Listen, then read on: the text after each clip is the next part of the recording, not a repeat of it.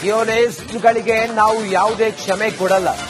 ಇರಾನ್ನ ಪರಮೋಚ್ಚ ನಾಯಕ ಖಮೇನಿ ಇಸ್ರೇಲ್ಗೆ ಎಚ್ಚರಿಕೆಯನ್ನು ಕೊಟ್ಟಿದ್ದಾರೆ. ಇಸ್ರೇಲ್ ದಾಳಿಗೆ ನಾವು ಅತ್ಯುಗ್ರ ಪ್ರತೀಕಾರವನ್ನ ತೆಗೆದುಕೊಳ್ಳುತ್ತೇವೆ.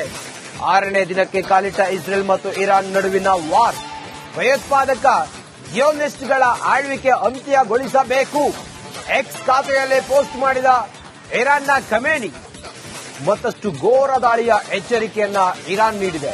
ಅಯತುಲ್ಲಾ ಅಲ್ ಖಮೇನಿ ಸಿಯೋನಿಸ್ಟ್ಗಳಿಗೆ ನಾವು ಯಾವುದೇ ಕ್ಷಮೆಯನ್ನ ಕೊಡಲ್ಲ ಅಂತೇಳಿ ಹೇಳಿದ್ದಾರೆ. ಇರಾನ್ನ ಪರಮೋಚ್ಚ ನಾಯಕ ಸುಪ್ರೀಂ ಲೀಡರ್ ಖಮೇನಿ. ಇನ್ನಷ್ಟು ಮಾಹಿತಿಯೊಂದಿಗೆ ನಮ್ಮ ನವದೆಹಲಿಯ ಪ್ರತಿನಿಧಿ ದೂರವಾಣಿ ಸಂಪರ್ಕದಲ್ಲಿದ್ದಾರೆ ನಟೇಶ್. ಕ್ಷಣ ಕ್ಷಣಕ್ಕೂ ಉದ್ವಿಗ್ನ ಸ್ಥಿತಿ ನಿರ್ಮಾಣ ಆಗ್ತಾ ಇದೆ. ಅಮೆರಿಕದ ಎಂಟ್ರಿ ಈಗ ಇನ್ನಷ್ಟು ಆಘಾತಕಾರಿ ಅಂತ ಅನ್ನಿಸ್ತಾ ಇದೆ. ಸದ್ಯಕ್ಕೆ ಈ ಹೊತ್ತಿನ ಮಾಹಿತಿ ಏನಿದೆ ನಟೇಶ್? ರಂಜಿತ್, ಸತತ 6ನೇ ದಿನವೂ ಕೂಡ ಇಸ್ರೇಲ್ ಮತ್ತು ಇರಾನ್ನ ಸಂಘರ್ಷ ಬಹಳ ದೊಡ್ಡ ಮಟ್ಟದಲ್ಲಿ ಮುಂದುವರಿತಾ ಇದೆ. ಯಾಕಂದ್ರೆ ಅಮೆರಿಕ ಎಂಟ್ರಿ ಆಗಿರೋದ್ರಿಂದ ಅಮೆರಿಕ ಮತ್ತೆ ಇರಾನ್ ಅನ್ನ ಬೇಸರ ಶರಣಾಗತಿ ಮಾಡುವಂತೆ ಒತ್ತಾಯವನ್ನ ಕೂಡ ಮಾಡಿದೆ. ಇದೆಲ್ಲದರ ಬೆನ್ನಲ್ಲೇ ಈಗ ಇಸ್ರೇಲ್ನ ಖಮೇನಿ ಏನ್ ಟ್ವೀಟ್ ಮಾಡಿದ್ದಾರೆ, ಇದು ಬಹಳಷ್ಟು ದೊಡ್ಡ ಮಟ್ಟದಲ್ಲಿ ಈಗ ಸದ್ದು ಮಾಡುವಂತಹ ಸಾಧ್ಯತೆ ಇದೆ. ಇಸ್ರೇಲ್ಗೆ ನೇರವಾಗಿ ಎಚ್ಚರಿಕೆ ಕೊಡುವಂತಹ ಕೆಲಸವನ್ನ ಈಗ ಇರಾನಿನ ಸೇನೆಯ ಏನು ಖಮೇನಿ ಟ್ವೀಟ್ ಮಾಡಿರ್ತಕ್ಕಂಥದ್ದು, ಇದು ಅಮೆರಿಕ ವಾರ್ನಿಂಗ್ ಕೊಡುವಂತಹ ಕೆಲಸವನ್ನ ಮಾಡಿದ್ರ ಅನ್ನುವಂಥದ್ದು. ಈಗಾಗಲೇ ಇಸ್ರೇಲ್ಗೆ ಸಂಬಂಧಪಟ್ಟಂತೆ ಇಸ್ರೇಲ್ನಲ್ಲಿ ಇರ್ತಕ್ಕಂಥವ್ರನ್ನ ಒಡೆದುರುಳಿಸ್ತೀವಿ ಎನ್ನುವಂತಹ ಮಾತನ್ನ ಖಮೇನಿ ಹೇಳಿದ್ದಾರೆ. ಆದ್ರೆ ಖಮೇನಿ ಎಲ್ಲಿ ಅಡಗಿ ಕುಳಿತಿದ್ದಾರೆ ಅನ್ನುವಂತಹ ಮಾಹಿತಿಯನ್ನ ಕಲೆ ಹಾಕುವಂತಹ ಕೆಲಸವನ್ನ ಅಮೆರಿಕ ಮಾಡ್ತಾ ಇದೆ. ಇದರಿಂದ ಗೊತ್ತಾಗ್ತಿದೆ ಇರಾನ್ ಮತ್ತು ಇಸ್ರೇಲ್ ನಡುವಿನ ಈ ಒಂದು ಯುದ್ಧದ ಕಾರ್ಮೋಡ ಏನಿದೆ, ಇದಕ್ಕೆ ಅಮೆರಿಕ ನೇರವಾಗಿ ಫೈಟ್ಗೆ ಇಳಿದಿರುವಂತದ್ದು. ಅಮೆರಿಕ ನೇರವಾಗಿ ಈಗ ಟ್ರಂಪ್ ಕೂಡ ವಾರ್ನ್ ಮಾಡುವಂತಹ ಕೆಲಸವನ್ನ ಮಾಡಿದ್ದಾರೆ. ಬೇಷರತ್ ಶರಣಾಗತಿಯನ್ನ ಮಾಡಲೇಬೇಕು ಎನ್ನುವಂತಹ ಒತ್ತಾಯವನ್ನ ಕೂಡ ಟ್ರಂಪ್ ಮಾಡಿದ್ದಾರೆ. ಯಾಕಂದ್ರೆ ಇದೇ ರೀತಿ ಮುಂದುವರೆದ್ರೆ ಸಾಕಷ್ಟು ತೊಂದರೆಯಾಗುವಂತಹ ಸಾಧ್ಯತೆಗಳು ಕೂಡ ಇದೆ.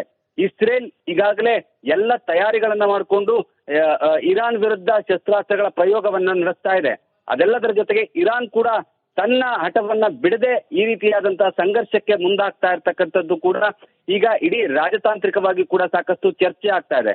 ಈಗಾಗಲೇ G7 ಶೃಂಗ ಸಭೆಯ ಏನು ಸದಸ್ಯ ರಾಷ್ಟ್ರಗಳಿದ್ದಾವೆ ಎಲ್ಲವೂ ಕೂಡ ಇಸ್ರೇಲ್ ಪರವಾಗಿ ನಿಂತಿದೆ, ಅಮೆರಿಕ ನಿಂತಿದೆ, ಹಾಗೇನೆ ಭಾರತವೂ ಕೂಡ ಇಸ್ರೇಲ್ ಪರವಾಗಿ ನಿಂತಿರೋದ್ರಿಂದ ಸಾಕಷ್ಟು ಬಲ ಇಸ್ರೇಲ್ ಪರವಾಗಿ ಇದೆ. ಹಾಗಾದ್ರೆ ಇರಾನ್ ಯಾರ ಬಲವನ್ನ ತೆಗೆದುಕೊಂಡು ಈ ರೀತಿಯಾದಂತಹ ಯುದ್ಧಕ್ಕೆ ಮುಂದಾಗ್ತಾ ಇದೆ ಎನ್ನುವಂಥದ್ದು ಪ್ರಶ್ನೆ.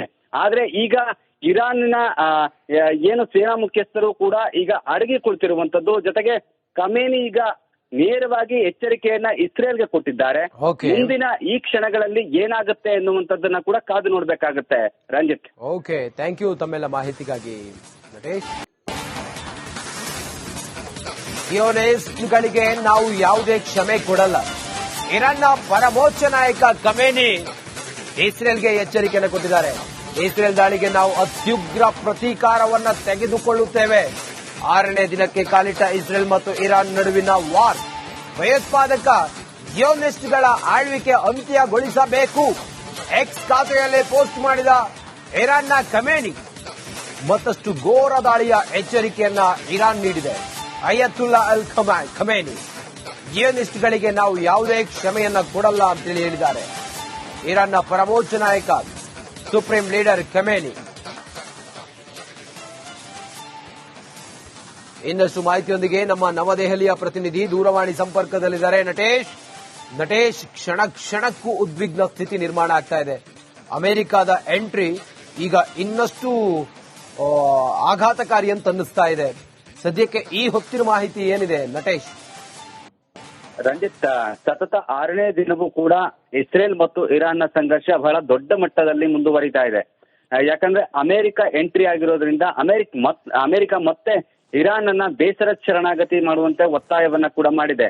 ಇದೆಲ್ಲದರ ಬೆನ್ನಲ್ಲೇ ಈಗ ಇಸ್ರೇಲ್ನ ಖಮೇನಿ ಏನ್ ಟ್ವೀಟ್ ಮಾಡಿದ್ದಾರೆ, ಇದು ಬಹಳಷ್ಟು ದೊಡ್ಡ ಮಟ್ಟದಲ್ಲಿ ಈಗ ಸದ್ದು ಮಾಡುವಂತಹ ಸಾಧ್ಯತೆ ಇದೆ. ಇಸ್ರೇಲ್ಗೆ ನೇರವಾಗಿ ಎಚ್ಚರಿಕೆ ಕೊಡುವಂತಹ ಕೆಲಸವನ್ನ ಈಗ ಇರಾನಿನ ಸೇನೆಯ ಏನು ಖಮೇನಿ ಟ್ವೀಟ್ ಮಾಡಿರ್ತಕ್ಕಂಥದ್ದು, ಇದು ಅಮೆರಿಕ ವಾರ್ನಿಂಗ್ ಕೊಡುವಂತಹ ಕೆಲಸವನ್ನ ಮಾಡಿದ್ರ ಅನ್ನುವಂಥದ್ದು. ಈಗಾಗಲೇ ಇಸ್ರೇಲ್ಗೆ ಸಂಬಂಧಪಟ್ಟಂತೆ ಇಸ್ರೇಲ್ನಲ್ಲಿ ಇರ್ತಕ್ಕಂಥವರನ್ನ ಹೊಡೆದುರುಳಿಸ್ತೀವಿ ಎನ್ನುವಂತಹ ಮಾತನ್ನ ಖಮೇನಿ ಹೇಳಿದ್ದಾರೆ. ಆದ್ರೆ ಖಮೇನಿ ಎಲ್ಲಿ ಅಡಗಿ ಕುಳಿತಿದ್ದಾರೆ ಅನ್ನುವಂತಹ ಮಾಹಿತಿಯನ್ನ ಕಲೆ ಹಾಕುವಂತಹ ಕೆಲಸವನ್ನ ಅಮೆರಿಕ ಮಾಡ್ತಾ ಇದೆ.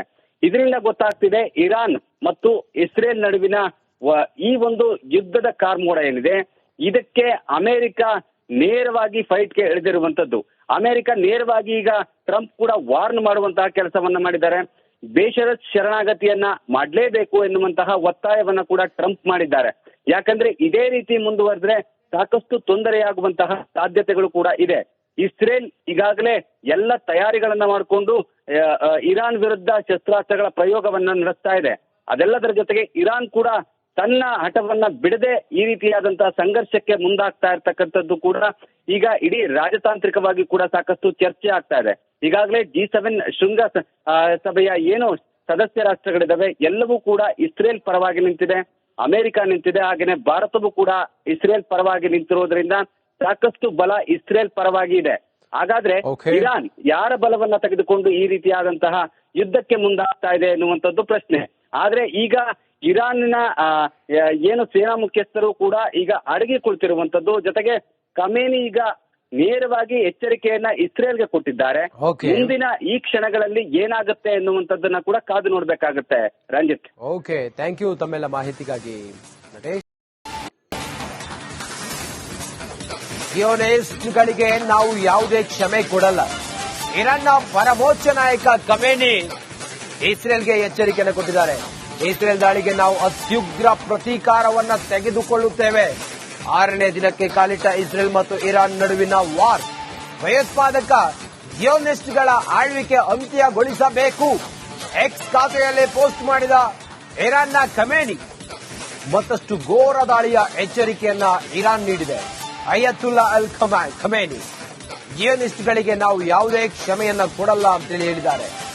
ಇರಾನ್ನ ಪರಮೋಚ್ಚ ನಾಯಕ ಸುಪ್ರೀಂ ಲೀಡರ್ ಖಮೇನಿ. ಇನ್ನಷ್ಟು ಮಾಹಿತಿಯೊಂದಿಗೆ ನಮ್ಮ ನವದೆಹಲಿಯ ಪ್ರತಿನಿಧಿ ದೂರವಾಣಿ ಸಂಪರ್ಕದಲ್ಲಿದ್ದಾರೆ ನಟೇಶ್. ಕ್ಷಣ ಕ್ಷಣಕ್ಕೂ ಉದ್ವಿಗ್ನ ಸ್ಥಿತಿ ನಿರ್ಮಾಣ ಆಗ್ತಾ ಇದೆ. ಅಮೆರಿಕದ ಎಂಟ್ರಿ ಈಗ ಇನ್ನಷ್ಟು ಆಘಾತಕಾರಿ ಅಂತ ಅನ್ನಿಸ್ತಾ ಇದೆ. ಸದ್ಯಕ್ಕೆ ಈ ಹೊತ್ತಿನ ಮಾಹಿತಿ ಏನಿದೆ ನಟೇಶ್? ರಂಜಿತ್, ಸತತ 6ನೇ ದಿನವೂ ಕೂಡ ಇಸ್ರೇಲ್ ಮತ್ತು ಇರಾನ್ನ ಸಂಘರ್ಷ ಬಹಳ ದೊಡ್ಡ ಮಟ್ಟದಲ್ಲಿ ಮುಂದುವರಿತಾ ಇದೆ. ಯಾಕಂದ್ರೆ ಅಮೆರಿಕ ಎಂಟ್ರಿ ಆಗಿರೋದ್ರಿಂದ ಅಮೆರಿಕ ಮತ್ತೆ ಇರಾನ್ ಅನ್ನ ಬೇಸರದ ಶರಣಾಗತಿ ಮಾಡುವಂತೆ ಒತ್ತಾಯವನ್ನ ಕೂಡ ಮಾಡಿದೆ. ಇದೆಲ್ಲದರ ಬೆನ್ನಲ್ಲೇ ಈಗ ಇಸ್ರೇಲ್ನ ಖಮೇನಿ ಏನ್ ಟ್ವೀಟ್ ಮಾಡಿದ್ದಾರೆ, ಇದು ಬಹಳಷ್ಟು ದೊಡ್ಡ ಮಟ್ಟದಲ್ಲಿ ಈಗ ಸದ್ದು ಮಾಡುವಂತಹ ಸಾಧ್ಯತೆ ಇದೆ. ಇಸ್ರೇಲ್ಗೆ ನೇರವಾಗಿ ಎಚ್ಚರಿಕೆ ಕೊಡುವಂತಹ ಕೆಲಸವನ್ನ ಈಗ ಇರಾನಿನ ಸೇನೆಯ ಏನು ಖಮೇನಿ ಟ್ವೀಟ್ ಮಾಡಿರ್ತಕ್ಕಂಥದ್ದು, ಇದು ಅಮೆರಿಕ ವಾರ್ನಿಂಗ್ ಕೊಡುವಂತಹ ಕೆಲಸವನ್ನ ಮಾಡಿದ್ರ ಅನ್ನುವಂಥದ್ದು. ಈಗಾಗಲೇ ಇಸ್ರೇಲ್ಗೆ ಸಂಬಂಧಪಟ್ಟಂತೆ ಇಸ್ರೇಲ್ನಲ್ಲಿ ಇರ್ತಕ್ಕಂಥವರನ್ನ ಹೊಡೆದುರುಳಿಸ್ತೀವಿ ಎನ್ನುವಂತಹ ಮಾತನ್ನ ಖಮೇನಿ ಹೇಳಿದ್ದಾರೆ. ಆದ್ರೆ ಖಮೇನಿ ಎಲ್ಲಿ ಅಡಗಿ ಕುಳಿತಿದ್ದಾರೆ ಅನ್ನುವಂತಹ ಮಾಹಿತಿಯನ್ನ ಕಲೆ ಹಾಕುವಂತಹ ಕೆಲಸವನ್ನ ಅಮೆರಿಕ ಮಾಡ್ತಾ ಇದೆ. ಇದರಿಂದ ಗೊತ್ತಾಗ್ತಿದೆ ಇರಾನ್ ಮತ್ತು ಇಸ್ರೇಲ್ ನಡುವಿನ ಈ ಒಂದು ಯುದ್ಧದ ಕಾರ್ಮೋಡ ಏನಿದೆ ಇದಕ್ಕೆ ಅಮೆರಿಕ ನೇರವಾಗಿ ಫೈಟ್ಗೆ ಇಳಿದಿರುವಂತದ್ದು. ಅಮೆರಿಕ ನೇರವಾಗಿ ಈಗ ಟ್ರಂಪ್ ಕೂಡ ವಾರ್ನ್ ಮಾಡುವಂತಹ ಕೆಲಸವನ್ನ ಮಾಡಿದ್ದಾರೆ. ಬೇಷರತ್ ಶರಣಾಗತಿಯನ್ನ ಮಾಡಲೇಬೇಕು ಎನ್ನುವಂತಹ ಒತ್ತಾಯವನ್ನ ಕೂಡ ಟ್ರಂಪ್ ಮಾಡಿದ್ದಾರೆ.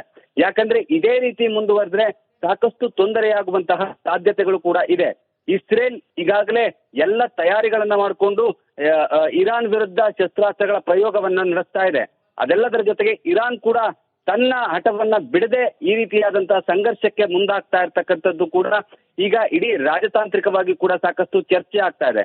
ಈಗಾಗಲೇ G7 ಶೃಂಗ ಸಭೆಯ ಏನು ಸದಸ್ಯ ರಾಷ್ಟ್ರಗಳಿದಾವೆ ಎಲ್ಲವೂ ಕೂಡ ಇಸ್ರೇಲ್ ಪರವಾಗಿ ನಿಂತಿದೆ, ಅಮೆರಿಕ ನಿಂತಿದೆ, ಹಾಗೇನೆ ಭಾರತವೂ ಕೂಡ ಇಸ್ರೇಲ್ ಪರವಾಗಿ ನಿಂತಿರೋದ್ರಿಂದ ಸಾಕಷ್ಟು ಬಲ ಇಸ್ರೇಲ್ ಪರವಾಗಿ ಇದೆ. ಹಾಗಾದ್ರೆ ಇರಾನ್ ಯಾರ ಬಲವನ್ನ ತೆಗೆದುಕೊಂಡು ಈ ರೀತಿಯಾದಂತಹ ಯುದ್ಧಕ್ಕೆ ಮುಂದಾಗ್ತಾ ಇದೆ ಎನ್ನುವಂಥದ್ದು ಪ್ರಶ್ನೆ. ಆದ್ರೆ ಈಗ ಇರಾನ್ನ ಏನು ಸೇನಾ ಮುಖ್ಯಸ್ಥರು ಕೂಡ ಈಗ ಅಡಗಿ ಕುಳಿತಿರುವಂತದ್ದು. ಜೊತೆಗೆ ಖಮೇನಿ ಈಗ ನೇರವಾಗಿ ಎಚ್ಚರಿಕೆಯನ್ನ ಇಸ್ರೇಲ್ಗೆ ಕೊಟ್ಟಿದ್ದಾರೆ. ಮುಂದಿನ ಈ ಕ್ಷಣಗಳಲ್ಲಿ ಏನಾಗುತ್ತೆ ಎನ್ನುವಂಥದ್ದನ್ನ ಕೂಡ ಕಾದು ನೋಡ್ಬೇಕಾಗುತ್ತೆ. ರಂಜಿತ್, ಓಕೆ, ಥ್ಯಾಂಕ್ ಯು ತಮ್ಮೆಲ್ಲ ಮಾಹಿತಿಗಾಗಿ ನಟೇಶ್.